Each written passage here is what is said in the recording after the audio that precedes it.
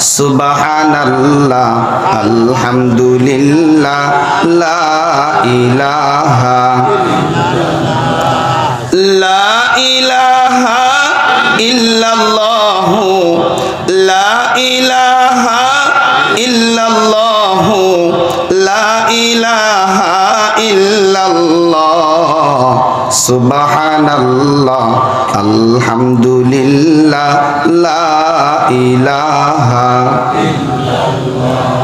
বসিয়া নিরালা হইয়া উতালা বসিয়া নিরালা হইয়া উতালা দমে দমে জপরে সুবহানাল্লাহ সুবহানাল্লাহ সুবহানাল্লাহ সুবহানাল্লাহ সুবহানাল্লাহ সুবহানাল্লাহ সকাল বেলা সুবহানাল্লাহ বিকাল বেলা সুবহানাল্লাহ সকাল বেলা সুবহানাল্লাহ বিকাল বেলা সুবহানাল্লাহ ফুলের মালা সুবহানাল্লাহ গলার মালা সুবহানাল্লাহ আলহামদুলিল্লাহ লা ইলাহা লা ইলাহা ইল্লাল্লাহু লা ইলাহা ইল্লাল্লাহু লা ইলাহা ইল্লাল্লাহ সুবহানাল্লাহ আলহামদুলিল্লাহ লা ইলাহা লা ইলাহা ইল্লাল্লাহু মুহাম্মাদুর রাসূলুল্লাহ সাল্লাল্লাহু আলাইহি ওয়াসাল্লাম। আলহামদুলিল্লাহ, উপস্থিত শামুকখোলা কাজীপাড়া জামি মসজিদ ও মাদ্রাসা কর্তৃক আয়োজিত 34তম ওয়াজ মাহফিলের সম্মানিত সভাপতি মহোদয়, উপস্থিত সেরেতাজ হজরতে ওলামা ইকরাম, মুরব্বিয়ানে ইজম, বুড়া বাবারা, যুবক ভাইরা, পর্দার আড়ালে অবস্থানরতা শ্রদ্ধিয়া সম্মানিতা মা ও বোনেরা, উপস্থিত আছেন আমার কলিজার টুকরা ভাই ওসি শরীফ ভাই, অনেক মহব্বত করেন। যেই মহব্বতের ফলাফল আজকে আপনারা দেখতেছেন এই বাগান, নাকি বলেন? সামনাসামনি প্রশংসা করলে না মুখে ছাই দেওয়ার মতো হয়, মুখে ধুলি নিক্ষেপ করার মতো হয়, সামনাসামনি প্রশংসা করতে চায় না। আল্লাহ যেন এই অক্লান্ত পরিশ্রমের বদলা আল্লাহ স্যারকে জান্নাতুল ফিরদাউস নসিব করেন। যে মালিক ভালোবেসে মহব্বত করে আমাকে আপনাকে আরামের ঘুমকে হারাম করে জান্নাতের বাগানে আসার বসার তৌফিক দান করলেন, অন্তরের গভীর থেকে সে মালিকের দরবারে শুকরিয়া জ্ঞাপনার্থে বলছি আলহামদুলিল্লাহ। আমরা আসতে পারি নাই, এক মালিক আমাকে ভালোবেসে নিয়ে এসেছেন। তিনি কে? জবান খুলে চিল্লায় বলেন, তিনি কে? আল্লাহ। কোনো সন্দেহ আছে? শুকরিয়া আদায় করে বললেন আলহামদুলিল্লাহ। আলহামদুলিল্লাহ বললেন কি ক্ষতি হয়ে গেছে নাকি লাভ হয়েছে? কেমন লাভ? আল্লাহর হাবিব সাল্লাল্লাহু আলাইহি ওয়াসাল্লাম বলেন, যদি কোনো ব্যক্তি নিয়ামত পাওয়ার পর শুকরিয়া আদায় করে বলেন আলহামদুলিল্লাহ, আল্লাহ রাব্বুল ইজ্জত আসমান এবং জমিনের মাঝখানের ফাঁকা জায়গা তাকে নেকি দ্বারা ভরপুর করে দেন। বান্দা যদি আবারও এতগুলো নেকি দেখে শুকরিয়া আদায় করে বলেন আলহামদুলিল্লাহ, আল্লাহর হাবিব সাল্লাল্লাহু আলাইহি ওয়াসাল্লাম বলেন, আসমান এবং জমিনের মাঝখানের ফাঁকা জায়গা পরিমাণ মর্যাদা আল্লাহ তার জন্য বৃদ্ধি করে দেন। বান্দা যতবার বলবে আলহামদুলিল্লাহ, আসমান জমিনের মাঝখানের ফাঁকা জায়গা পরিমাণ নেকি মর্যাদা আল্লাহ তার বাড়াইতেই থাকবেন। সুবহানাল্লাহ বললেন, এত নেকির সুসংবাদ শুনে সুবহানাল্লাহ তো ক্ষতি হয় নাই নাকি লাভ হয়েছে? বলেন না, কেমন লাভ? ছোট্ট একটা কথা বলে বোঝাচ্ছি। দুনিয়ার শুরু লগ্ন থেকে আজ পর্যন্ত আল্লাহ তাআলা পুরা পৃথিবীকে চালানোর জন্য, রাজত্ব দেওয়ার জন্য 4 জন বাদশা নিয়োগ দিয়েছিলেন। 2 জন মুসলিম, 2 জন বেদিন, 2 জন মুসলিম, 2 জন কাফের, যারা পুরা পৃথিবীর রাজত্ব কায়েম করেছিল। তার মধ্যে একজন ছিলেন মুসলমানদের মধ্যে একজন, যিনি পয়গম্বর সুলাইমান আলাইহিস সালাতু ওয়াস সালাম। নাম শুনেছেন? আল্লাহর পয়গম্বর সুলাইমান আলাইহিস সালাতু ওয়াস সালামকে পুরা পৃথিবী ঘোরার জন্য আল্লাহ একটা রকেট দান করেছিলেন। একটু জোরে বলেন, কি দান করেছিলেন? কারণ গাড়ি দ্বারা পূর্ব থেকে পশ্চিম, উত্তর থেকে দক্ষিণ ঘোরা সম্ভব না। আল্লাহ পূর্ব থেকে পশ্চিম, উত্তর থেকে দক্ষিণ সফর করার জন্য আল্লাহ পয়গম্বর সুলাইমানকে একটা রকেট দান করলেন।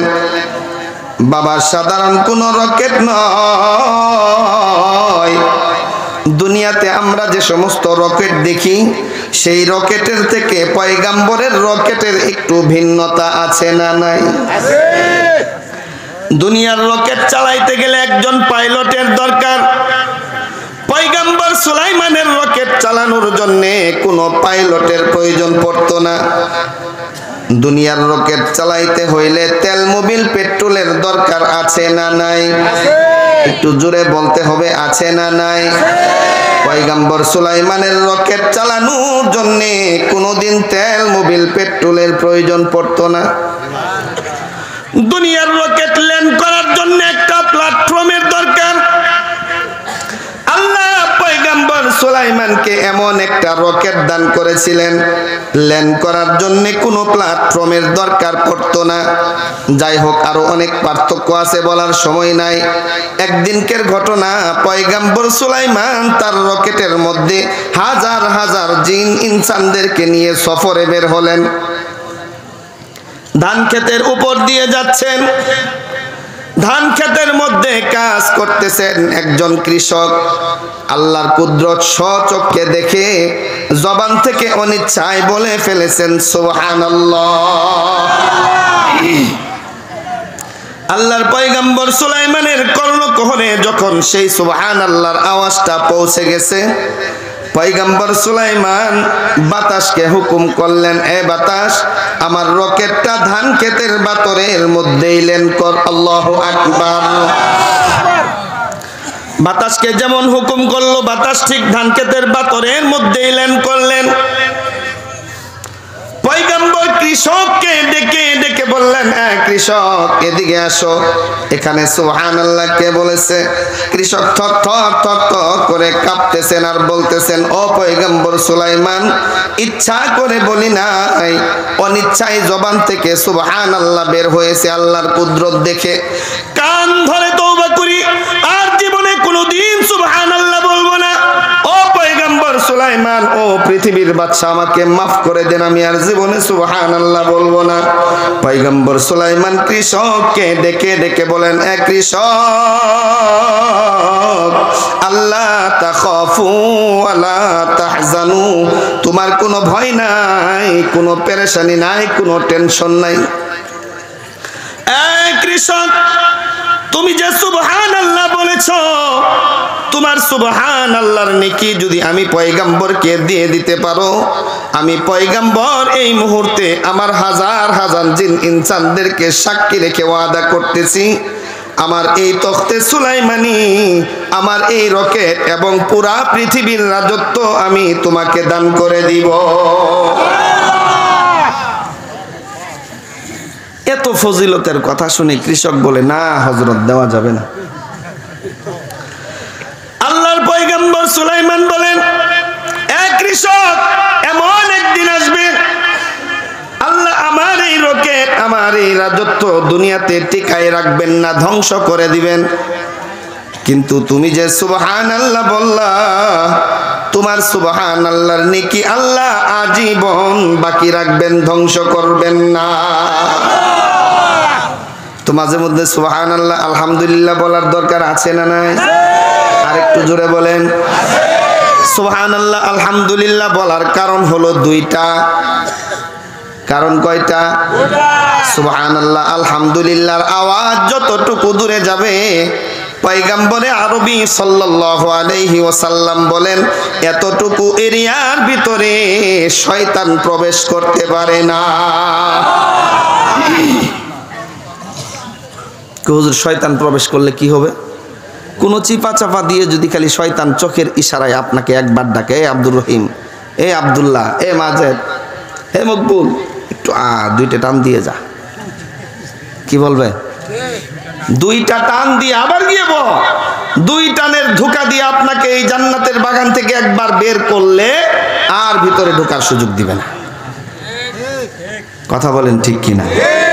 দুই টানের অভ্যাস আছে কার কার? একটু হাত দেখান। আল্লাহর ওলি দিকে সবাই। আচ্ছা, হাত উঠানোর দরকার নাই, বাদ দেবো ইনশাআল্লাহ। হ্যাঁ, সবাই বাদ দিবেন তো ইনশাআল্লাহ? আল্লাহ তৌফিক দান করেন। তাহলে আমরা চাই শয়তান আমাদের থেকে দূরে থাকুক, নাকি বলেন? তো মাঝে মধ্যে চিল্লানি দিয়ে সুবহানাল্লাহ আলহামদুলিল্লাহ আল্লাহু আকবার এগুলো বলা দরকার। বলবেন তো ইনশাআল্লাহ? আহা, যারা এখনো পর্যন্ত এই জান্নাতের বাগানে বসে আছেন তারা কি ঠকছেন না জিতছেন? আল্লাহর হাবিব সাল্লাল্লাহু আলাইহি ওয়াসাল্লাম বলেন দুনিয়ার জমিনে আল্লাহ কিছু ফেরেশতা নিয়োগ দিয়েছেন, যে সমস্ত ফেরেশতারা পৃথিবীর আনাচে কানাচে ঘোরাফেরা করতে থাকে আর খুঁজতে থাকে কোথায় জান্নাতের পরিবেশ কায়েম হয়ে গেছে, কোথায় জিকিরের মজলিস কায়েম হয়েছে। যদি কোথাও জান্নাতের মজলিস খুঁজে পায়, যদি কোথাও জিকিরের মজলিস খুঁজে পায়, কোরআনের মজলিস খুঁজে পায়, একজন ফেরেশতা আরেকজন ফেরেশতাকে ডাকতে থাকে, আয় আয় এদিকে আয়, এখানে জান্নাতের পরিবেশ কায়েম হয়ে গেছে। আল্লাহু আকবার। দয়াল নবী, মায়ার নবী রাহমাতুল লিল আলামিন বলেন এই ফেরেশতারা এই মজলিসের চতুর্দিক দিয়ে বেষ্টনী দিতে দিতে দিতে দিতে এক পর্যায়ে আরশে আজিম পর্যন্ত চলে যায়। মজলিস যখন ভেঙে যায়, আল্লাহ তাআলার দরবারে ফেরেশতারা চলে যায়। আল্লাহ তাআলা ফেরেশতাদেরকে ডেকে ডেকে বলে, এ ফেরেশতারা তোমরা কোথা থেকে এসেছো? ফেরেশতারা ডেকে ডেকে বলে, মালিক শামুকখোলা কাজীপাড়া জামে মসজিদ ও মাদ্রাসার উদ্যোগে জান্নাতের মজলিস কায়েম হয়েছে। মালিক আমরা সেই জান্নাতের মজলিস থেকে এসেছি, আমার বান্দারা জান্নাতের মজলিসে কেন একত্রিত হয়েছে ফেরেশতা জানতে চায়। বলেন তো আল্লাহ কি জানেন না? একটু জোরে বলেন, জানেন কিনা? এরপরেও ফেরেশতাদের কাছে আল্লাহ জানতে চায়। ফেরেশতারা বলে, আল্লাহ তোমার বান্দারা সেই জান্নাতের মজলিসে এসেছে, তারা চিরস্থায়ীভাবে জাহান্নাম থেকে মুক্তি পাওয়ার জন্য। কথা বলেন ঠিক কিনা? আল্লাহ বলেন আর কি জন্য এসেছে? ও মালিক তোমার বান্দারা ওই জান্নাতের মজলিসে এসেছে তোমার জান্নাতের বাসিন্দা হওয়ার জন্য, জাহান্নাম থেকে পরিত্রাণের জন্য, তুমি মাওলার দিদারের জন্য এসেছে। আল্লাহ ফেরেশতাদেরকে বলকেন, ফেরেশতারা আমার বান্দারা কি আমি আল্লাহকে দেখেছে? না মাওলা তোমাকে দেখে নাই। আমার জান্নাত কি তারা দেখেছে নাকি? না মাওলা দেখে নাই। আমার জাহান্নাম তারা দেখেছে নাকি? না মাওলা জাহান্নামও দেখে নাই। আমার জাহান্নামের আযাবও কি তারা দেখে নাই? না মাওলা তোমার জাহান্নামের আযাবও তারা দেখে নাই।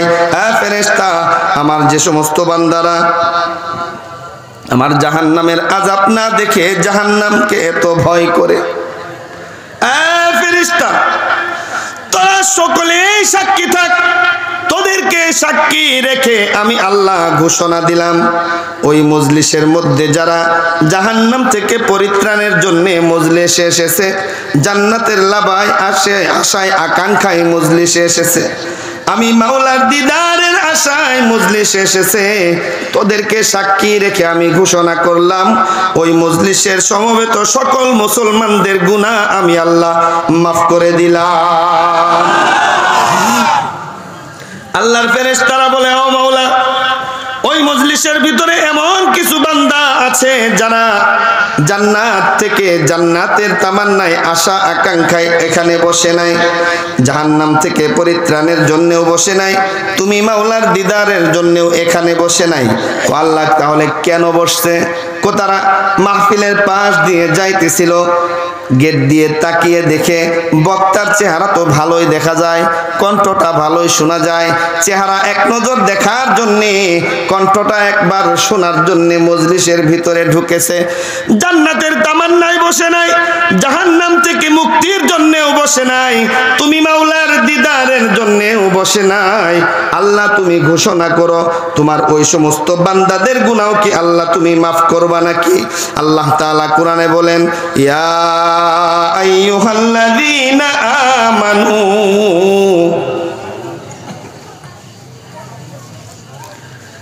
আল্লাহ তাআলা কোরআনের মধ্যে ঘোষণা করেন, তোমরা নেক বান্দাদের সংশ্লিষ্টে বসবাস করো। ইয়া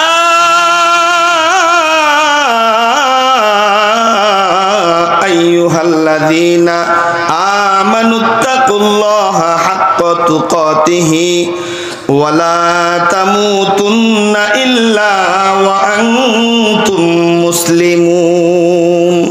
তোমরা পরিপূর্ণ মুসলিম না হইয়া কবরে আসবা না, ঘোষণা কে করলেন? আল্লাহ অন্য আয়াতে বলেন, ইয়া আইয়ুহাল্লাযীনা আমানুত্তাকুল্লাহা ওয়া কুলু কাওলান সাদীদা। নেক বান্দাদের সাথে বসার জন্য হুকুম করলেন যিনি, তিনি কে? আল্লাহ তাআলা ঘোষণা করেন, এ ফেরেশতা তোরা সাক্ষী থাক, আমার যে সমস্ত বান্দারা আমি মাওলার দিদারের জন্যও মজলিসে বসে নাই, জান্নাতের তামান্নাই মজলিসে বসে নাই, জাহান্নাম থেকে পরিত্রাণের জন্যও মজলিসে বসে নাই, এ ফেরেশতা ওই মজলিসের মধ্যে আমার এমন কিছু বান্দা আছে যেই বান্দাদেরকে আমি আল্লাহ বড্ড ভালোবাসি, আমি আল্লাহ বড্ড ভালোবাসি, আমি মোহাব্বত করি, কারণ আমার হাবিবের উম্মত। আমার হাবিবের উম্মতের সঙ্গে যত বড় গুনাহগার বসুক না কেন, জান্নাতের আশায়ও যদি না বসে থাকে, জাহান্নাম থেকে পরিত্রাণের আশায়ও যদি না বসে থাকে, আমি মাওলার দিদারের আশায়ও যদি না বসে থাকে, নেক বান্দাদের সংশ্লিষ্টে বসার কারণে ফেরেশতা তোরা সাক্ষী থাক, আমি সকল বান্দাদের গুনাহগুলো মাফ করে দিলাম। বসলে ক্ষতি না লাভ? আপনারা বেশি ঠকে গেছেন। তাহলে আমরা যারা বসেছি সকলেই জিতেছি নাকি বলেন? এরকম জান্নাতি মজলিস যদি আমরা কোথাও দেখি, বসবো তো ইনশাআল্লাহ? আরো জোরে বলেন, বসবেন কিনা? আমি আপনাদের সম্মুখে সূরা মুদ্দাসসিরের কয়েকটি আয়াতে কারিমা তিলাওয়াত করেছি। 40 নম্বর আয়াত থেকে 47 নম্বর আয়াত পর্যন্ত আল্লাহ তাআলা যদি তৌফিক দান করেন, আয়াতে কারিমাগুলো সামনে নিয়ে আমি 2-4টি আমলি কথা বলার চেষ্টা করব ইনশাআল্লাহ। আমলের নিয়তে আমাকে বলার, আপনাদের সকলকে শ্রবণ করার তৌফিক দান করেন, বলি আমিন।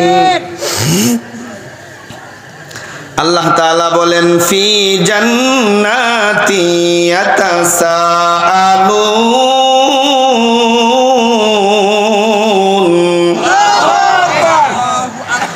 আল্লাহ তাআলা যেদিন হাসরের মাঠ কায়েম করবেন, বিচার কার্য সমাধান করবেন, এক দলকে দিবেন জান্নাত আর এক দলকে দিবেন জাহান্নাম। যারা জান্নাতে চলে যাবে আনন্দ উল্লাসের মধ্যে মাতামাতি করবে, যারা জাহান্নামে চলে যাবে তারা কষ্টের মধ্যে লাঞ্ছিত অবস্থায় পড়ে থাকবে। জাহান্নামীরা জান্নাতীদেরকে দেখতে থাকবে, জান্নাতবাসীরা জাহান্নামীদেরকে দেখতে থাকবে, আর পরস্পর প্রশ্ন উত্তর করতে থাকবে, আলোচনা পর্যালোচনা করতে থাকবে, একজন আরেকজনকে প্রশ্ন করতে থাকবে। এক পর্যায়ে মালিক দারোয়ান জাহান্নামের দারোয়ানকে গিয়ে বলবে, ফেরেশতা দারোয়ান, দুনিয়ার জমিনে একসঙ্গে বসবাস করেছিলাম, আমি আসলাম জান্নাতে, আমার ভাই আমার পাশের ফ্ল্যাটের সেই যুবকটা কেন জাহান্নামে? আল্লাহর ফেরেশতা মালিক বলবে, আমি জানি না, যাদেরকে জাহান্নামে আল্লাহ ফেলেছে তাদের কাছে গিয়ে প্রশ্ন করো। এবার জান্নাতবাসীরা জাহান্নামীদেরকে প্রশ্ন করবেন, জাহান্নামীরা, কোন কারণে, কি কারণে আল্লাহ তোমাদেরকে জাহান্নামে নিক্ষেপ করেছে? বাবারা গভীর মনোযোগ দিয়ে খেয়াল করেন, আল্লাহ যাদেরকে জাহান্নাম দাঁড় করবেন, চার কারণে জাহান্নাম দাঁড় করবেন, চার কারণে জাহান্নাম দাঁড় করবেন। একটু জোরে বলা যাবে কি কয় কারণে? জবান খুলে সবাই বলেন, কয় কারণে? আল্লাহ চার কারণে বান্দাকে জাহান্নাম দিবেন। জান্নাতবাসীরা যখন জাহান্নামীদেরকে প্রশ্ন করবেন, মা সালাকাকুম ফি সাকর, কি কারণে আল্লাহ তোমাদেরকে জাহান্নামে নিক্ষেপ করলো? জাহান্নামীরা জাহান্নামে যাওয়ার এক নাম্বার যে কারণ প্রথমেই উল্লেখ করবেন, তারা বলবেন, ক্বালু লাম নাকু মিনাল মুসাল্লিন।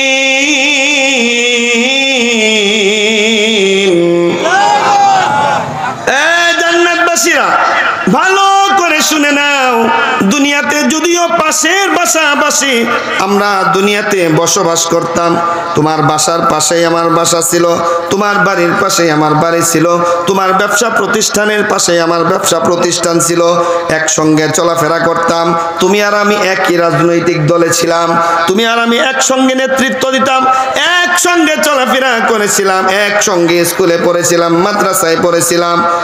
জান্নাতবাসীরা ভালো করে শুনে নাও, আল্লাহ তোমাদেরকে দিলেন জান্নাত, আমাদেরকে দিলেন জাহান্নাম।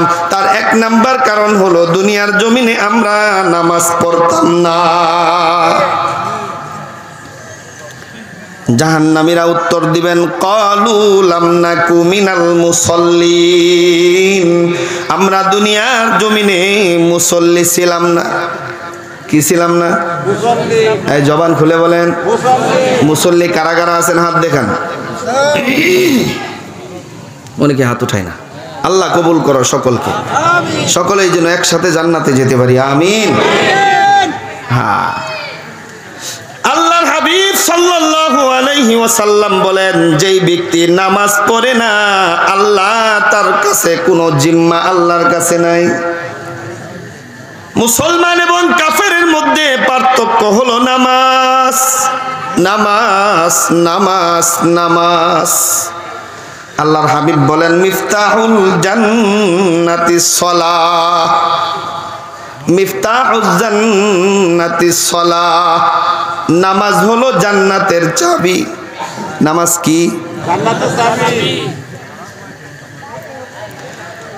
আপনার কাছে যদি চাবি থাকে জান্নাতের তালা আপনি খুলতে পারবেন, আর যদি চাবি আপনার কাছে না থাকে তালা কিন্তু খুলতে পারবেন না। যদি তালা খুলে জান্নাতে প্রবেশ করতে চান, নামাজ পড়ার দরকার আছে না নাই? বেনামাজির সঙ্গে আমাদের সম্পর্ক নাই। আল্লাহর হাবিব সাল্লাল্লাহু আলাইহি ওয়াসাল্লাম বলেন, মান তারাকা সালাতান ওয়াহিদাতাম মুতাআম্মিদান ফাকাদ কাফারা, মান তারাকা সালাতান ওয়াহিদাতাম মুতাআম্মিদান ফাকাদ কাফারা। যদি কোনো ব্যক্তি ইচ্ছা করে এক ওয়াক্ত নামাজ ছেড়ে দেয়, সে কুফরি করলো। নাউজুবিল্লাহ, নাউজুবিল্লাহ। আরেকটু আস্তে কোন, এক ওয়াক্ত নামাজ যদি কোনো ব্যক্তি ইচ্ছা করে ছেড়ে দেয়, আল্লাহর হাবিব বললেন সে কুফরি করলো। জাহান্নাম কাফেরের জন্য কথা বলেন, ঠিক কি না? মুহাদ্দিসিনে ইকরাম বলেন, এর দ্বারা উদ্দেশ্য হলো নামাজকে অস্বীকার করা। আমরা নামাজকে স্বীকার করি, কথা বলেন ঠিক কিনা? এই নামাজকে স্বীকার করেন কারা কারা? একটু হাত দেখান। আল্লাহু আকবার। তাহলে আজ থেকে আমরা নামাজ যদিও পিছনে কাজা হয়ে গেছে, আর কাজা করব? আর একটু জোরে বলেন। না। নামাজ পড়া আর না পড়া মুসলমান আর কাফেরের মধ্যে পার্থক্য, নাকি বলেন? এক লোক, একজন মানুষ আরেকজন মানুষকে যদি দাওয়াত খাওয়ায় আল্লাহ খুশি হয়। আল্লাহ কি হয়? খুশি হয়। একটু জোরে বলেন। খুশি হয়। দাওয়াত খাওয়াইলে আল্লাহ খুশি হন না বিরক্ত হন? খুশি হন। এক ব্যক্তি নিয়ত করছে, আল্লাহ আমার সন্তান অসুস্থ, যদি তুমি ভালো করে দাও আমি 5টা শয়তান খাওয়াবো। কি খাওয়াবো? শয়তান। 5টা শয়তান খাওয়ানোর নিয়ত করলেই আল্লাহ খুশি। নিয়ত তো করে ফেলছে, কিছুদিন পর সন্তান সুস্থ হয়ে গেছে, এখন শয়তান পাই কই? হুজুরের কাছে গেছে, মসজিদের ইমাম সাহেবের কাছে, একজন মুফতি সাহেবের কাছে গিয়ে বলতেছে, হুজুর এই সমাচার, আমি তো নিয়ত করছিলাম আল্লাহ আমার সন্তানকে ভালো করলে 5 জন শয়তান খাওয়াবো। হুজুর আমার সন্তান তো আল্লাহ ভালো করে দিয়েছেন, আমি এখন শয়তান কই পাই? হুজুর ব্যাখ্যা করে বলতেছেন, আয় ভাই, আজানের আওয়াজ যখন শুরু হয়, আজানের আওয়াজ যতটুকু দূরে যায় ততটুকু এরিয়ার ভিতরে শয়তান থাকতে পারে না। আজানের আওয়াজ যতটুকু দূরে যায় সেই এরিয়ার ভিতরে শয়তান থাকে না। যদিও থাকে, আজানের আওয়াজ শোনার সঙ্গে সঙ্গে দৌড়ায় পালায়। কথা বলেন ঠিক কিনা? আজানের আওয়াজ শুনে দৌড়ায় পালানো, এটা হলো শয়তানের স্বভাব, শয়তানের খাচ্চত, শয়তানের চরিত্র। আজকে জোহরের নামাজের আজান যখন তোমাদের মসজিদে দিবে, মসজিদের সামনে গিয়ে তুমি দাঁড়িয়ে থাকবা, এমন কিছু মুসলমানদেরকে দেখবা আজান শোনার সঙ্গে সঙ্গে তারা মসজিদের দিকে যায়, যার যার বাসা থেকে বের হয়ে মসজিদের দিকে দৌড়ায়। কেন? আজানের আওয়াজ মসজিদের মিনার থেকে ভেসে এসেছে, আল্লাহু আকবার, আল্লাহু আকবার, আল্লাহ সবচেয়ে বড়। কথা বলেন ঠিক কিনা? হাইয়া আলাস সালাহ, হাইয়া আলাল ফালাহ, আসো কামিয়াবির দিকে, সাফল্যের দিকে। এই এলান শোনার সঙ্গে সঙ্গে আল্লাহর কিছু মুখলেস বান্দা মসজিদের দিকে দৌড়ায়। আবার কিছু বান্দা দেখবেন আজানের আওয়াজ শোনার সঙ্গে সঙ্গে তবলিগি ভাইরা যদি জোর করে টেনে, ইমাম সাহেব, মুয়াজ্জিন সাহেব, আমার দাদা, আমার বাবা, আমার কাকা, আমার চাচা যদি টেনে আমাকে মসজিদের ভিতরে ঢুকায়, তাই দ্রুত গতিতে আজানের আওয়াজ শোনার সঙ্গে সঙ্গে যত দূরে পায় চলে যায়। আছে না নাই? একটু জোরে কোন আছে না নাই? হুজুর বলতেছেন, তোমাদের মসজিদে যখন আজান শুরু হয়ে যাবে, আজানের আওয়াজ শোনার সঙ্গে সঙ্গে যারা মসজিদ থেকে দূরে যাওয়ার জন্য, পালানোর জন্য চেষ্টা করবে, পিছন থেকে গিয়ে এমন 5 জন লোককে ধরে খাওয়াই দিবা, শয়তান খাওয়ানো হয়ে যাবে। কারণ এদের ভিতরে যেই চরিত্র আছে সেই চরিত্রটা কার? একটু জোরে বলেন না, কার? তাহলে শয়তানের চরিত্র আমাদের মধ্যে থাকলেও আজ থেকে বাদ দিব ইনশাআল্লাহ। জাহান্নামীরা 1 নাম্বার কারণ বললেন, তারা নামাজ পড়ে নাই। জান্নাতবাসীরা আবার প্রশ্ন করলো, ও জাহান্নামীরা, আর কি কারণে আল্লাহ তোমাদেরকে জাহান্নামে নিক্ষেপ করেছে?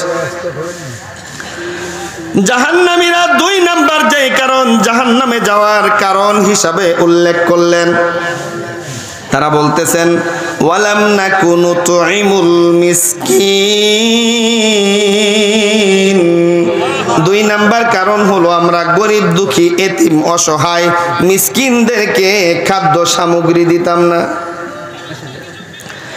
আর দুনিয়ার মধ্যে অনেক এতিম, অসহায়, গরিব, দুঃখী আছে না নাই? আপনি 3 বেলা গোশত মাছ দিয়ে ভাত খান, এমন এতিম, অসহায়, দুঃখী, মিসকিন, গরিব অনেক আছে যারা 1 বেলা খাবে আর 1 বেলা খাবার পায় না। মাছ গোশত তো অনেক পরের কথা, আপনি নিজেও তাদেরকে দান করেন না, মানুষ যেন দান করে আপনি আগ্রহ উদ্দীপনাও দেন না। জাহান্নামীরা বলল 2 নাম্বার কারণ জাহান্নামে আসা, যেই কারণে আল্লাহ জাহান্নাম দিলেন, গরিব দুঃখীদেরকে আমরা সাহায্য সহযোগিতা করতাম না। আজ থেকে গরিব দুঃখী যদি আমাদের আশেপাশে থাকে আমরা সকলেই সাহায্য করব, আল্লাহকে সাক্ষী রেখে বলছি ইনশাআল্লাহ। কথা বলেন ঠিক কিনা? জান্নাতবাসীরা জাহান্নামীদেরকে আবার প্রশ্ন করলো, মা সালাকাকুম ফি সাকর, আর কি কারণে আল্লাহ তোমাদেরকে জাহান্নামে নিক্ষেপ করেছে?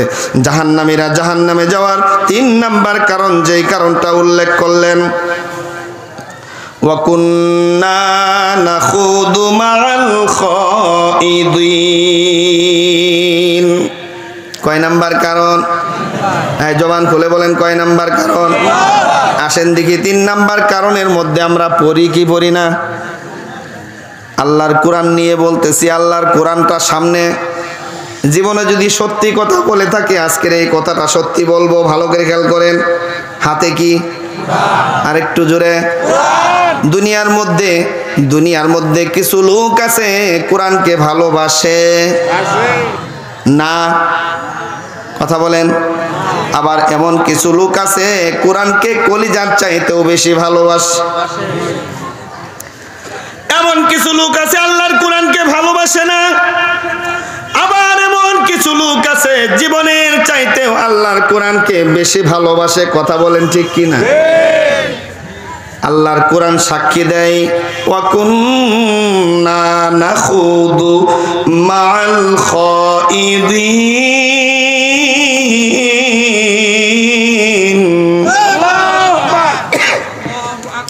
3 নাম্বার যেই কারণ জাহান্নামীরা উল্লেখ করলেন, দুনিয়ার জমিনে আমরা কোরআনের পক্ষে ছিলাম না, আমরা কোরআনকে সাপোর্ট করতাম না। কোরআনের বিরুদ্ধাচরণ যারা করত, আমরা তাদের সঙ্গে দল মিলাইতাম। যারা কোরআনের বিপক্ষে দল গঠন করত, আমরা তাদের সঙ্গ দিতাম। তার মানে আমরা কোরআনকে ভালোবাসতাম না। আল্লাহর কসম খেয়ে বলি, যদি কোনো ব্যক্তি আল্লাহর কোরআনকে ভালোবাসতে পারে, হাসরের মাঠে আল্লাহ তাআলা কোরআনকে ডেকে বলবেন, এ কোরআন, তুই যেহেতু পক্ষে, আমি আল্লাহ আমার বান্দার বিপক্ষে কিভাবে যাই? হাজারো কোটি গুনাহ থাকার পরেও আমি আমার বান্দার জীবনের গুনাহ মাফ করে তুই কোরআনকে ভালোবাসার খাতিরে জান্নাত দিয়ে দিলাম। তার জ্বলন্ত প্রমাণ আমার পাশে বসা,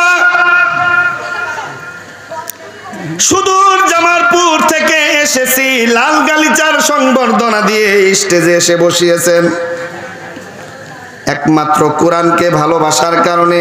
আমি সলিমুদ্দিকে ভালোবাসে না, আমি সুলাইমান হাবিবিকে ভালোবাসে নাই, আমার ভিতরে কোরআনের 2-4টি অক্ষর আছে বিদায় ভালোবেসেছে। কথা বলেন ঠিক কিনা? আপনাদের পাশে বসায় ওসি শরীফ ভাই কোরআনকে ভালোবাসার কারণে যার সিনায় কোরআন আছে লাল গালিচার সংবর্ধনা দেয়। হাসরের মাঠে না জানি আল্লাহ ডেকে ডেকে বলবে, আয় ওসি শরীফ, দুনিয়াতে যতই গুনাহ করিস না কেন, আমার কোরআনকে ভালোবাসার কারণে, আমার কোরআনকে ইজ্জত সম্মান দেওয়ার কারণে, আমার কোরআনকে লাল গালিচা সংবর্ধনা দেওয়ার কারণে জীবনের গুনাহগুলো তোর মাফ করে দিলাম। আল্লাহর কোরআন যদি সাক্ষী দেয়, আমি ওসি শরীফের পক্ষে সাক্ষ্য দিচ্ছি, কোরআনকে ভালোবাসার কারণে আল্লাহ তুমি তাকে জান্নাত দাও। আল্লাহর কসম, আল্লাহ বলবে, এ কোরআন, তুই যেহেতু পক্ষে, আমি কিভাবে বিপক্ষে যাই? এই কোরআনটা যার ভাষা, তিনি কে? আর একটু আস্তে কোন, তিনি কে? আল্লাহ বলবেন, আমার ভাষার বিপক্ষে আমি যদি যাই তো আমি মুনাফিক, নাউজুবিল্লাহ। এ কোরআন, তুই যেহেতু পক্ষে, আমি কিভাবে বিপক্ষে যাই? এই কোরআনকে মোহাব্বত করার কারণে আমি জান্নাত দিয়ে দিলাম। কোরআনকে মোহাব্বত করে আপনারাও যেন কোরআনকে মোহাব্বত করতে পারেন। প্রতি বছর এরকম জান্নাতের বাগান সাজায়, অথচ এই জান্নাতের বাগানে আসবেন, আপনাদেরকে নিয়ে সাথে জান্নাতে যেতে চায়, কিন্তু আপনারা আসতে চান না। হ্যাঁ, এই এলাকার মধ্যে যে সমস্ত যুবক বালেক পুরুষ আছে, মহিলা বালেক পুরুষ যারা আছে, সকলেই যদি আসতো, আমার বিশ্বাস এই মাঠে জায়গা হতো না। আর একটু আসতে কোন। তাহলে কেন আসেন না? আপনি কি প্রমাণ করতে চান কোরআনকে ভালোবাসেন না? আপনি যদি কোরআনকে ভালো না বাসেন, কোরআন কিন্তু হাসরের মাঠে আপনার পক্ষে নাজাতের সাক্ষী দিবে না, আপনার পক্ষে সুপারিশ করবে না। ভালোবাসবেন ইনশাআল্লাহ? এমন জান্নাতের বাগান দেখলে কোরআনের মহব্বতে চলে যাবেন। কথা বলেন ঠিক কি না? জান্নাতবাসীরা জাহান্নামীদেরকে আবার প্রশ্ন করলেন, এ জাহান্নামীরা, আর কি কারণে আল্লাহ তোমাদেরকে জাহান্নামে নিক্ষেপ করেছেন? জান্নাতবাসীরা প্রশ্ন করতেছেন, জাহান্নামীরা একের পর এক উত্তর দিচ্ছেন। উত্তর দিলেন কয়টা? একটু জোরে বলেন, কয়টা? চতুর্থবার আবার যখন প্রশ্ন করলেন, এ জাহান্নামীরা, আর কি কারণে আল্লাহ তোমাদেরকে জাহান্নামে নিক্ষেপ করেছেন? চতুর্থ নাম্বার কারণ, জাহান্নামীরা জাহান্নামে যাওয়ার যেই কারণটা উল্লেখ করবেন, তারা বলবেন, ওয়া কুন্না নুকাযযিবু বিয়াউমিদ্দিন।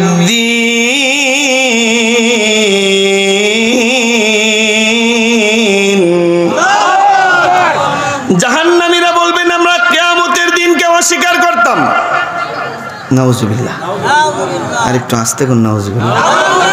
গুনাহ হবে, গুনাহ হবে, গুনাহ হবে নাকি? হ্যাঁ, ইমানের তাকিদ, অন্তর থেকে জোরে বলা নাউজুবিল্লাহ। আল্লাহ মাফ চাই। আমরা তো কিয়ামতকে স্বীকার করি নাকি বলেন? স্বীকার করি না ইনশাআল্লাহ।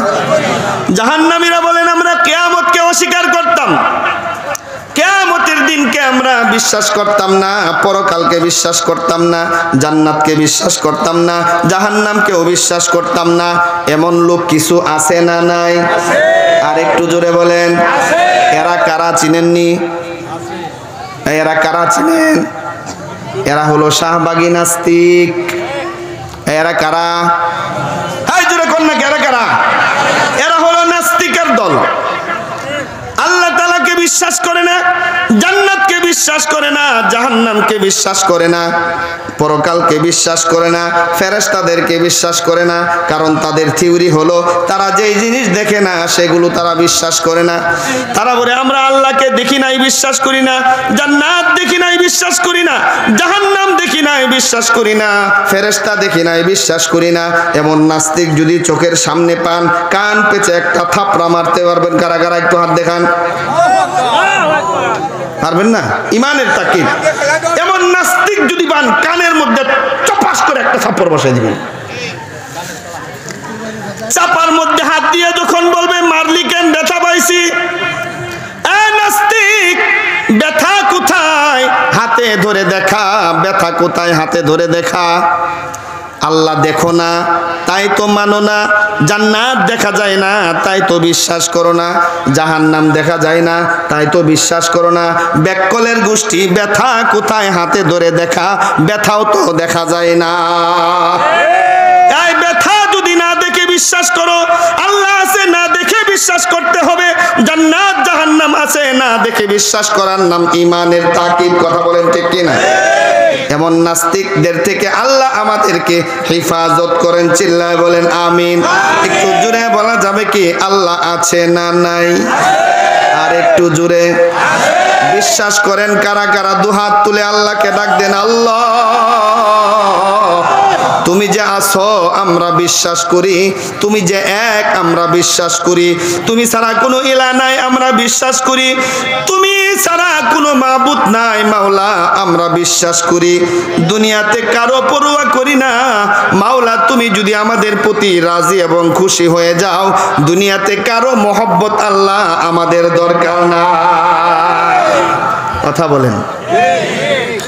এক নাস্তিকের ঘটনা। নাস্তিক এলান করতেছে, আল্লাহ বলতে কিচ্ছু নাই। নাউজুবিল্লাহ বলেন। আল্লাহ বলতে কিচ্ছু নাই।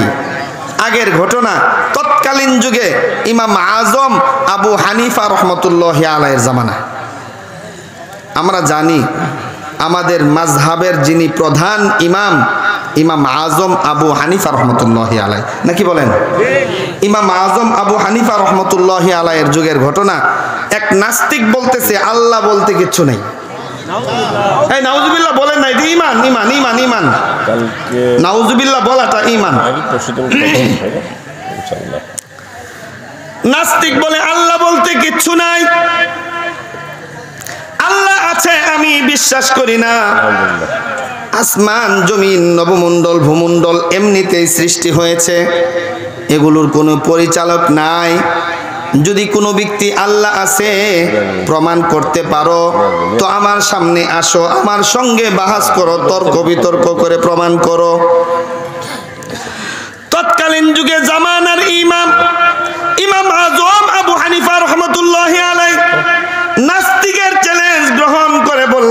নাস্তিক, আল্লাহ যে এক, আল্লাহ যে আছেন আমি প্রমাণ করব ইনশাআল্লাহ। দুইজনে কথাবার্তা বললেন, একটা ডেট ফাইনাল করা হলো, রাজদরবারে বসবো আগামী রবিবারের দিন সকাল 10 ঘটিকার সময় এলান করে দেওয়া হলো। সমগ্র দেশের মধ্যে ঘোষণা দেওয়া হলো, ইমাম আজম আবু হানিফা নু'মান ইবনে সাবেত ওই নাস্তিকের সঙ্গে মুনাজারায় বসে আল্লাহ এক, আল্লাহ যে আছে এটা প্রমাণ করবে আগামী রবিবারের দিন সকাল 10 ঘটিকার সময়। পুরা দেশে এলান হয়ে গেল। দেশ বরণ্য লোকজন, দেশের আনাচে কানাচে থেকে লোকজন রাজদরবারে উপস্থিত।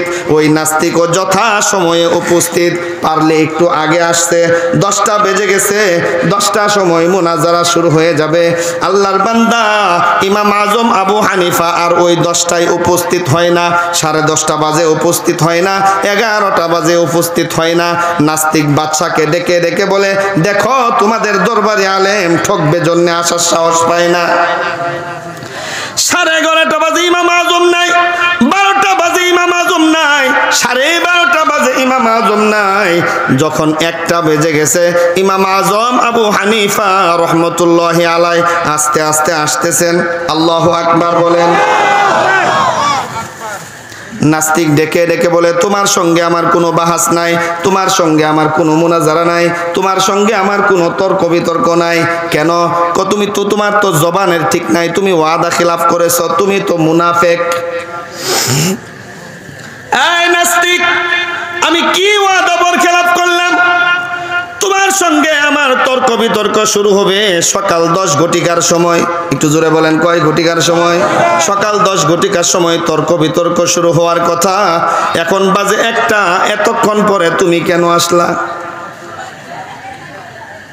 ইমাম আজম আবু হানিফা রহমতুল্লাহি আলাইহি নাস্তিককে ডেকে ডেকে বলে, আয় নাস্তিক, আমি তো ভোরবেলায় বাসা থেকে বের হয়েছি, 10টার আগে আমি তোমার সামনে উপস্থিত থাকবো বলে। তাহলে দেরি হলো কেন?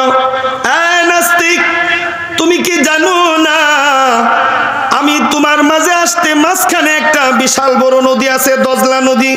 সেই দজলা নদী পার হয়ে তোমার দরবারে আমার আসা লাগে। সকালবেলা ঘুম থেকে উঠে দজলা নদীর তীরে যখন আমি আসলাম, এসে দেখি কোনো স্টিমার নাই, লঞ্চ নাই, কোনো সাঁকু নাই, কোনো নৌকা নাই। আমি পার হব কিভাবে? বিশাল দজলা নদী পার হওয়ার সাহস হয় না। অপেক্ষা করতে থাকলাম, দেখি কোথাও থেকে কোনো নৌকা, লঞ্চ, স্টিমার আসে কিনা। না, দেখলাম কোনো লঞ্চ নাই, কোনো স্টিমার নাই, কোনো ট্রলার নাই, কোনো নৌকা নাই। অপেক্ষা করতে করতে করতে করতে আজীব এক ঘটনা দেখলাম। দেখি, হঠাৎ করে দেখি দজলা নদীর মাঝখান থেকে একটা গাছ একা একাই বড় হইতেছে। আস্তে আস্তে গাছটা বিশাল বড় আকার ধারণ করলো। নদীর মাঝখান থেকে একটা করাত একা একা বের হয়ে গাছের গোড়াটা কেটে দিল, কোনো করাতি নাই। যতটুকু টুকরা টুকরা করার প্রয়োজন হয়, করাতটা একা একাই গাছটাকে দ্বিখণ্ডিত করে টুকরা টুকরা করে ফেললো। নাস্তিক শুনে আর খালি হাস। তারপরে কি হলো? এই করাতটা একা একাই ওই প্রত্যেকটা টুকরার মধ্যে করাত দিয়ে চিরে চিরে তক্তায় পরিণত করলো। হঠাৎ করে দেখি নদীর মাঝখান থেকে, দজলা নদীর মাঝখান থেকে একটা হাতুড়ি উঠলো, কতগুলো প্যারাক উঠলো। তক্তাগুলো একটা আরেকটার সঙ্গে একা একাই জোড়া লাগতেছে, হাতুড়ি পেটাইতেছে, প্যারাক দিয়ে জোড়া লাগাইতেছে, একা একাই সুন্দর নৌকায় সুন্দর নৌকার আকার ধারণ করে ফেললো। এমন সময় দেখি নদীর মাঝখান থেকে সোনালী রঙের একটা বইডা উঠে আসছে। আল্লাহু আকবার। এই বিশাল বইডাটা নৌকার মাঝির আকার ধারণ করলো। মাঝি নাই, মাঝি নাই। ওই নৌকাটা আস্তে আস্তে তীরের মধ্যে যখন ভিড়েছে, আমি ইমাম আজম, আমি নু'মান ইবনে সাবেত নৌকার মধ্যে উঠলাম। নৌকার মধ্যে উঠার পর আরেকটা আজীব ঘটনা আমি দেখলাম। পানি যায় যেদিকে, পানি যায় যেদিকে, নৌকাটা একা একাই তার অপর দিকে চলে। এই নৌকাটা অপর দিকে চলতে চলতে চলতে চলতে এক পর্যায়ে সমুদ্রের ওই দজলা নদীর তীরে যখন আসলো, আমি নেমে পড়লাম। আস্তে আস্তে তোমার দরবারে উপস্থিত হইলাম। নাস্তিক এবার ডেকে ডেকে বলে, এই ইমাম আজম, এতক্ষণ যখন যাও তোমার মাথাটা ভালো ছিল, এখন তুমি পুরা দমে পাগল হয়ে গেলা কেন? কেন পাগল হয়েছে? এই জীবনে কি শুনেছো বা দেখেছো? একা একাই করাতি ছাড়া কোনো করাত কি গাছ ছিঁড়তে পারে? কোনো করাতি ছাড়া কোনো করাত কি গাছ টুকরা টুকরা করতে পারে? কোনো মিস্ত্রি ছাড়া একা একাই কি তক্তাগুলো জোড়া লাগতে পারে? কোনো মাঝি ছাড়া একা একাই কি বইটা নৌকা বাইতে পারে? কেন পারে না? না, অসম্ভব, পারে না। নাস্তিক, সামান্য একটা নৌকা যদি একা একা না হয়, একটা মাঝি ছাড়া যদি সামান্য নৌকাটা নদীর মধ্যে চালানোর ক্ষমতা না হয়, এই বিশাল বড় আসমান জমিন একজন সৃষ্টিকর্তা ছাড়া তাহলে বানাইলো কে? একটা নৌকা যদি মাঝি ছাড়া না চলতে পারে, এই নবমণ্ডল ভূমণ্ডল একা একাই কিভাবে চলতে পারে? নাস্তিক ডেকে ডেকে বলে, ইমাম আযম, সত্যি সত্যি তো আমি এভাবে কখনো ভেবে দেখি নাই। আর দেরি করতে চাই না, এক আল্লাহর উপর কালিমাটা পড়িয়া দাও, লা ইলাহা ইল্লাল্লাহু মুহাম্মাদুর রাসূলুল্লাহ সাল্লাল্লাহু আলাইহি ওয়াসাল্লাম বলেন। বাবারা বলেন, আল্লাহ আছে না নাই? বিশ্বাস করতে হবে তো ইনশাআল্লাহ। জান্নাতবাসীরা জাহান্নামীদেরকে যখন প্রশ্ন করলেন, আর কি কারণে আল্লাহ তোমাদেরকে জাহান্নামে নিক্ষেপ করলেন, জাহান্নামীরা জাহান্নামে যাওয়ার চতুর্থ নাম্বার যে কারণটা উল্লেখ করলেন, আমরা কিয়ামতকে বিশ্বাস করতাম না। এরপরে বলেন, হাত্তা আতানাল ইয়াকিন। এমন অবিশ্বাসী থাকা অবস্থায় হঠাৎ কখন জানি আজরাইল এসে থাবা দিয়ে জানটা নিয়ে যায়। আল্লাহকে অবিশ্বাস করতে করতে, নামাজে অবহেলা করতে করতে, রোজায় অবহেলা করতে করতে, কোরআনের অবহেলা করতে করতে কখন জানি আজরাইল এসে থাবা দিয়ে জানটা নিয়ে বের হয়ে চলে যায়। দুনিয়াতে সবকিছুর গ্যারান্টি দিতে পারলেও একটা জিনিসের গ্যারান্টি কোনো ব্যক্তি দিতে পারে না, সেই জিনিসটা হলো আমার আপনার হায়াত কতদিন আছে। আল্লাহ তাআলার ভান্ডারে এমন কিছু জ্ঞান আছে, এমন কিছু জ্ঞান আছে যেই জ্ঞানগুলো আল্লাহ কোনো নবীকেও দেয় নাই, কোনো মাখলুককে দেয় নাই, কোনো জিন ইনসানকে দেয় নাই, কোনো ফেরেশতাকেও সেই জ্ঞানগুলো আল্লাহ তাআলা দেয় নাই। এমন এলেম আছে পাঁচটা বলা আমার সময় নাই, আলোচনার প্রেক্ষাপটে যেহেতু আসছে একটা বলতেছি। এমন এলেম আছে পাঁচটা, যেই পাঁচটা এলেম আল্লাহর জ্ঞানের ভান্ডারে রেখেছেন। তার মধ্যে একটা হলো আমার আপনার হায়াত কতদিন বাকি আছে কেউ না জানলেও জানেন একজন, চিল্লায় বলেন তিনি কে? দেখবেন হুজুর আমার বাবা অসুস্থ, দোয়া করবেন, আগামী পরশু সিঙ্গাপুরের উদ্দেশ্যে রওনা হব চিকিৎসার জন্য, উন্নত চিকিৎসার জন্য মাদ্রাজে যাব, উন্নত চিকিৎসার জন্য চীন জাপান যাব, বিভিন্ন দেশে যাবেন নিয়ত করলেন। পরশুদিন রবিবার টিকিট কাটলেন, ফ্লাইটে উঠলেন, মাদ্রাজ গিয়ে নামলেন, সিঙ্গাপুর গিয়ে নামলেন। ল্যান্ড করার সঙ্গে সঙ্গে হাসপাতালে গিয়ে ভর্তি হয়ে হাসপাতালের বেডশিটে শুয়ে পড়লেন। আজরাইল সেই মুহূর্তে গিয়ে জান থাবা দিয়ে জানটা বের করে নিয়ে চলে যায়। এবার বুঝে থাকলে বলেন, আপনার বাবার চিকিৎসার জন্য আপনি সিঙ্গাপুরে গেলেন নাকি মরার জন্য সিঙ্গাপুরে গেলেন? আল্লাহ বলে, হ্যাঁ বান্দা, তোর মৃত্যু হবে ওই সিঙ্গাপুরের হাসপাতালের বেডশিটে শোয়া অবস্থায়। হ্যাঁ বান্দা, এখনো কেন তুই বাংলাদেশে বসা, তাড়াতাড়ি টিকিট কাট, 5 লক্ষ টাকা খরচ কর, সিঙ্গাপুরের হাসপাতালের বেডশিটে গিয়ে শুয়ে পড়। আল্লাহর পয়গম্বর সুলাইমান আলাইহিস সালাতু ওয়াস সালাম এভাবে উম্মতদেরকে নিয়ে আলোচনা করতেছেন। আলোচনার এক প্রারম্ভে, আলোচনার শুরুতেই ওই দরজা দিয়ে একটা লোক এসে চোখগুলো গরম করে একটা লোকের দিকে তাকাইলো। লোকটা ভয়ে পেন নষ্ট করে ফেললো। লোকটা দরজা থেকে যখন চলে যায়, যেই লোকের দিকে ওই দরজায় দাঁড়ানেওয়ালা ব্যক্তিটা চোখ গরম করে লাল করে তাকিয়েছিল, পয়গম্বর সুলাইমানকে ডেকে ডেকে বলে, ও পয়গম্বর সুলাইমান, কে জানি দরজায় আসছে, আমি তাকে চিনি না, জানি না, কোনোদিন তার চেহারা আমি দেখি নাই। এতগুলো মানুষ থাকা সত্ত্বেও ওই ব্যক্তিটা কেন আমার দিকে চোখ গরম করে তাকাইলো? ও পয়গম্বর সুলাইমান, আমার ভয় হয় সেই লোকটা যদি আবার আসে তাহলে কি করতে চাও?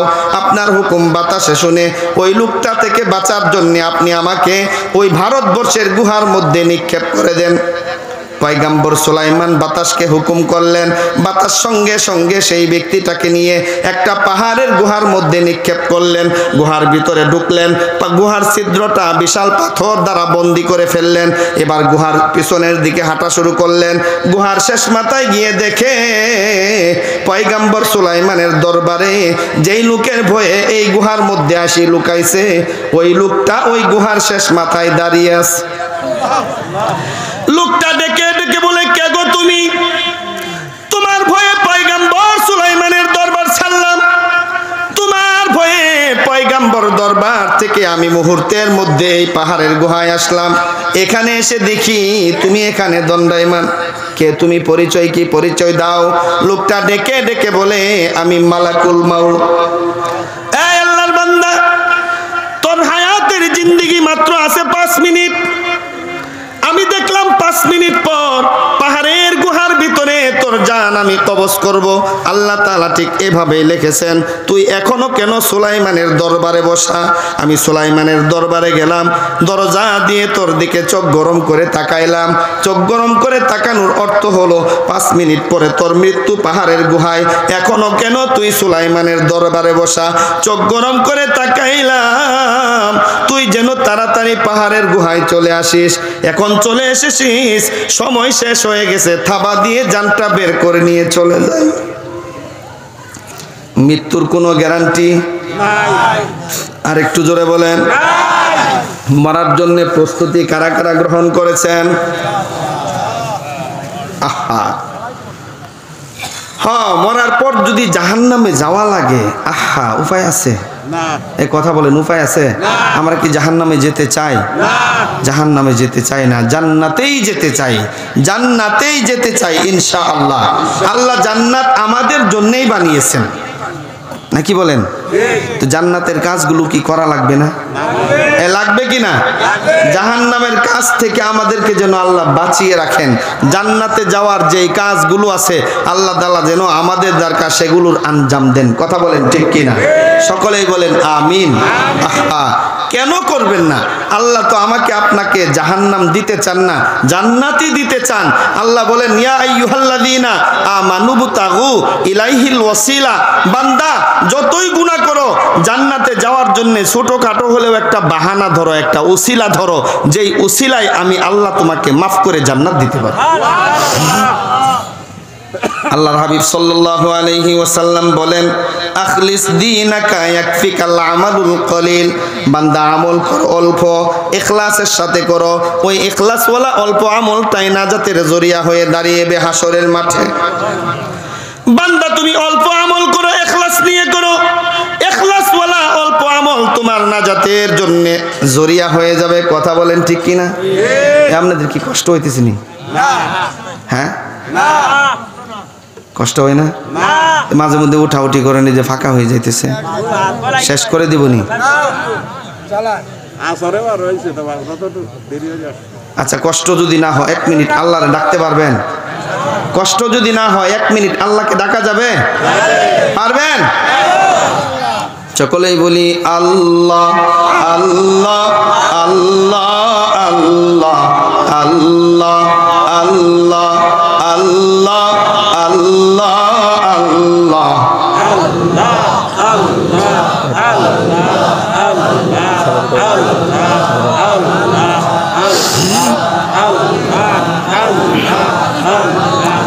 আল্লাহ আল্লাহ আল্লাহ আল্লাহ আল্লাহ আল্লাহ। তোমায় না দেখিয়া ডাকি মোরা সকলে, বাঁচাই রাইখো রোজ কিয়ামত ওই কঠিন হাসরে। আল্লাহ, আরে জোরে, এইদিকে হয় না, জোরে বলেন, জোরে বলেন। আল্লাহ, 1 একসঙ্গে আল্লাহ আল্লাহ আল্লাহ আল্লাহ আল্লাহ। গরম পানি আছে? আল্লাহ আল্লাহ আল্লাহ আল্লাহ।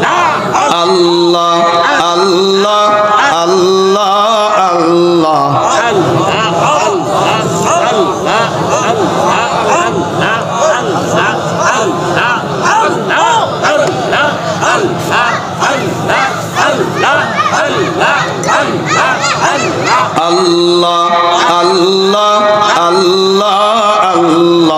আল্লাহ আল্লাহ আল্লাহ বলে বান্দা আরশে আজিম চলে যাও, আরশ হতে দিদার পেয়ে প্রেম সাগরে ডুবে যাও। আল্লাহ আল্লাহ আল্লাহ আল্লাহ আল্লাহ আল্লাহ আল্লাহ আল্লাহ আল্লাহ আল্লাহ আল্লাহ। লা ইলাহা ইল্লাল্লাহু মুহাম্মাদুর রাসূলুল্লাহ সাল্লাল্লাহু আলাইহি ওয়াসাল্লাম। বাবারা বলতেছিলাম অল্প আমল করেন, ইখলাস নিয়ে করেন। জান্নাতে যাওয়ার জন্য বিভিন্ন বাহানা খুঁজেন, জান্নাতে যাওয়ার জন্য ওসিলা স্বরূপ কিছু আমল রাখেন। আল্লাহ তাআলা হাসরের মাঠে বাহানা দিয়ে মাফ করবেন। বুখারীর বর্ণনায় হাসরের মাঠ যেদিন কায়েম হয়ে যাবে, জান্নাত জাহান্নামের ফয়সালা যখন হয়ে যাবে, বান্দা বান্দীদের হিসাব নিকাশ যখন শেষ হয়ে যাবে, আল্লাহ একজন ব্যক্তিকে বলবেন, এ বান্দা, এ নাফরমান, তোর জীবনে গুনাহ বেশি নেকি কম, জাহান্নামে যা। এ বান্দা, তোর জীবনে গুনাহ বেশি নেকি কম, বান্দা জাহান্নামে যাও। আল্লাহর হাবিব সাল্লাল্লাহু আলাইহি ওয়াসাল্লাম বলেন, বান্দা চোখটা বন্ধ করে জাহান্নামের দিকে দৌড় দিবে।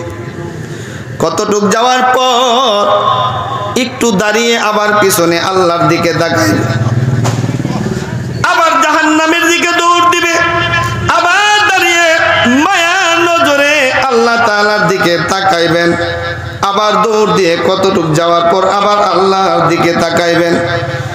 দয়ার মাওলা ডেকে ডেকে বলবেন, আয় বান্দা, তোকে বললাম জাহান্নামে যাওয়ার জন্য, তুই বারবার কেন আমার দিকে তাকাও?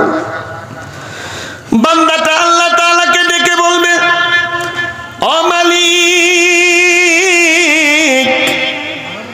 দুনিয়ার জমিনে যখন বসবাস করতাম, অপরাধ করলে মা পিটানি দিবে, দৌড়ানি দিতাম। কতটুক যাওয়ার পর মার দিকে তাকাইতাম, মা একবার দুইবার তাকানোর পর কলিজার টুকরা সন্তানকে কাছে নিয়ে আঁচল দিয়ে চোখের পানি মুছে আঁচল দিয়ে ঢেকে রাখতেন। কথা বলেন ঠিক কিনা? ও মালিক, তোমার হাবিবের জবানে শুনেছি মোহাব্বতকে তুমি আল্লাহ 100 ভাগ করে এক ভাগ সমস্ত মাখলুকের মধ্যে বন্টন করে দিয়েছিলা, আর 99 ভাগ মোহাব্বত তুমি যেই মাওলার কাছে রেখেছো, সেই মাওলা তোমার নাম রহমান এবং রহিম। 1 ভাগের 1 কিঞ্চিত মাপে যদি সন্তানকে ডেকে আঁচল দিয়ে চোখের পানি মুছে মাফ করে দেয় মাওলা, তোমার কাছে 99 ভাগ মোহাব্বত তুমি ভালোবাসা রেখে দিয়েছো। আমার তো দিল কয় বারবার তাকানোর কারণে তুমি আল্লাহ বুঝি ডাক দিয়ে আমাকে মাফ করে দাও। আল্লাহ তাআলা বান্দাকে ডাক দিয়ে বলবে, হে বান্দা, আমার রহমান এবং রহিম নামকে তুই এত বিশ্বাস করিস, যা বান্দা, তোর জিন্দেগীর গুনাহগুলো মাফ করে জান্নাত দিয়ে দিলাম। উসিলা কিন্তু সামান্য জিনিস। কথা বলেন ঠিক কিনা? আরেকটা বান্দাকে বলবে, বুখারীর বর্ণনায় আল্লাহর হাবিব সাল্লাল্লাহু আলাইহি ওয়াসাল্লাম বলেন, বিচার কার্য সমাধা হওয়ার পর আল্লাহ তাআলা ডাক দিয়ে বলবেন, হ্যাঁ নাফরমান বান্দা, জাহান্নামে যাও। চোখটা বন্ধ করে একটা দৌড় দিবে জাহান্নামের দিকে, একটা দৌড় দিবে জাহান্নামের দিকে, এদিক সেদিক তাকাবে না। পিছন থেকে আল্লাহ তাআলা ডাক দিবেন এমন মুহূর্তে যে জাহান্নামে পড়ে যায় ভাব। আল্লাহ তাআলা ডাক দিবে, হ্যাঁ বান্দা, প্রথম একজনকে জাহান্নামে যাওয়ার অর্ডার করলাম, একটু যায় আর জাহান্নামের ভয়ে মায়ার নজরে আমার দয়া পাওয়ার জন্য আমার দিকে বারবার তাকায়। এই বান্দা, তোমাকে অর্ডার করার সঙ্গে সঙ্গে তুমি জাহান্নামের দিকে দৌড় দিলা, একবারও আমার দিকে তাকাইলা না। তুমি কি জাহান্নামকে ভয় করো না? তুমি কি জাহান্নামের আগুনকে ভয় করো না? আল্লাহর হাবিব সাল্লাল্লাহু আলাইহি ওয়াসাল্লাম বলেন, দুনিয়ার আগুন আর জাহান্নামের আগুন ব্যবধান আছে। কথা বলেন, আছে না নাই? দুনিয়ার আগুনের যেই পরিমাণ হিট, দুনিয়ার আগুনের যেই পরিমাণ তাপমাত্রা, তার চাইতে 69 গুণ তাপমাত্রা হিট বেশি জাহান্নামের আগুনের। দুনিয়ার আগুন জ্বালায় উম্মত বান্দা আল্লাহর মাখলুক, আর জাহান্নামের আগুন কে জ্বালিয়েছেন? হ্যাঁ, জোরে বলেন না, কে জ্বালিয়েছেন? দুনিয়ার আগুন জ্বালায় আমাদের মা বোনেরা, জাহান্নামের আগুন জ্বালিয়েছেন স্বয়ং আল্লাহ। জাহান্নামের আগুনের তাপ দুনিয়ার আগুনের চাইতে 69 গুণ বেশি। দয়ার নবী, মায়ার নবী রহমাতুল লিল আলামিন ডেকে বলেন, দুনিয়ার 1 গুণ আর জাহান্নামের 69 গুণ একত্রিত করলে হয় 70 গুণ। ওই 70 গুণ জাহান্নামের আগুন দিয়ে আল্লাহ তাআলা বান্দাদেরকে জ্বালাইবেন।